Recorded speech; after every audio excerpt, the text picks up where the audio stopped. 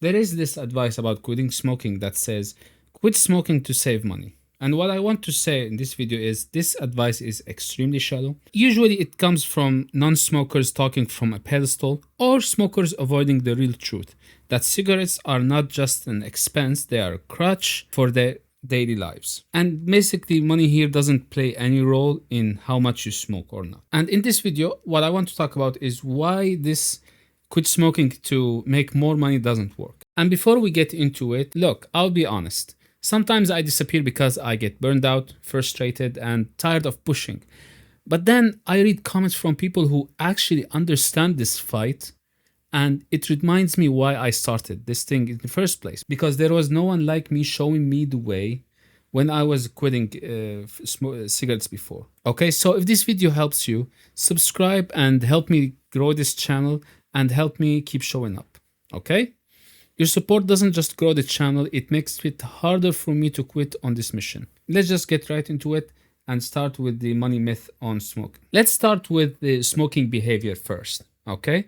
Usually smokers don't ask if they can afford to smoke or not. That's not how it works. They usually ask what version of smoking I can afford. And I have been like financially stable enough to smoke premium brands, and I've been way too broke, and so I smoked hand-rolled cigarettes and I borrowed from friends and I stretched a pack for a few days. I did all that.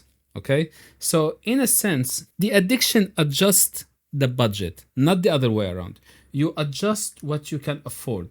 Basically, what happens is that if you can afford a premium brand, you will go for it. You buy multiple packs. If you can't, you usually stick to cheap brands or hand-rolled or whatever works for you. That's how it becomes a fixed monthly expense. And that's how smokers usually downgrade their lifestyle before they delete the cigarettes. See, it's not money problem here. And there is a reason for this monthly subscription. It's simple. Cigarettes cover your boredom, your disappointment in life, your stress, your loneliness, your frustration, the emptiness that you feel, the constant pressure to succeed, the constant pressure to make it, the constant pressure to provide, to do things. And so cigarettes here, or nicotine pouches or vapes, they do give you a fake pause button to turn off the noise. To a smoker, this makes sense because it turns off the noise and makes the smoker feel normal. And this is not just a theory, it's actually what I witnessed with my own eyes. I remember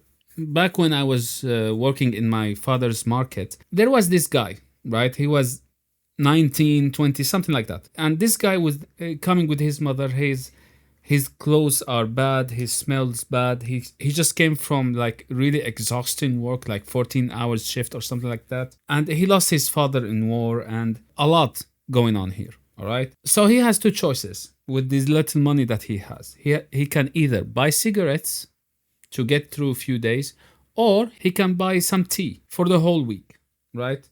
And so guess what he chooses? He, of course, chooses cigarettes because tea doesn't silence the noise inside the head, but nicotine does temporarily, right? And that's how having a cigarette becomes way more important than having proper clothes or pay certain bills at certain time or anything else.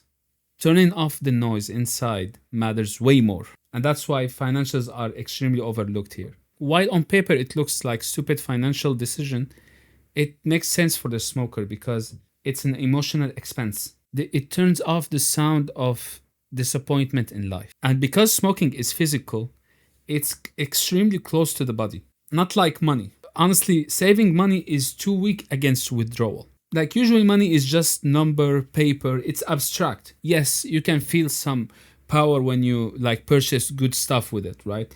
But ultimately, your body doesn't care about how much you have in your bank account. It just doesn't. It just cares about how it feels in the moment. And the withdrawal signals that you get while you are quitting smoking are way too loud.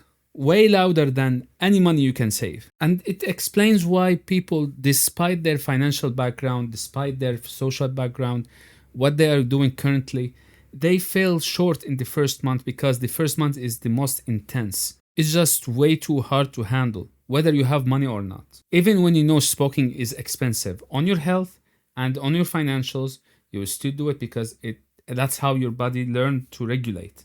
Okay, so your bank can look better on paper, but your nervous system says, I need a cigarette right now. And it's as simple as that. Okay, so don't quit cigarettes because they are expensive or to save money or to imagine yourself making a business from the cigarettes that you are not smoking in the future. If you want to quit for any reason, quit because you want to control your peace, your mood, your patience, and your identity, which is the core thing about quitting smoking here, right?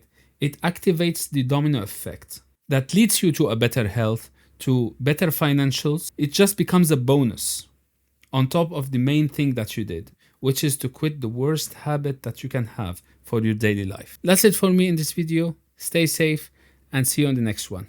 Take care.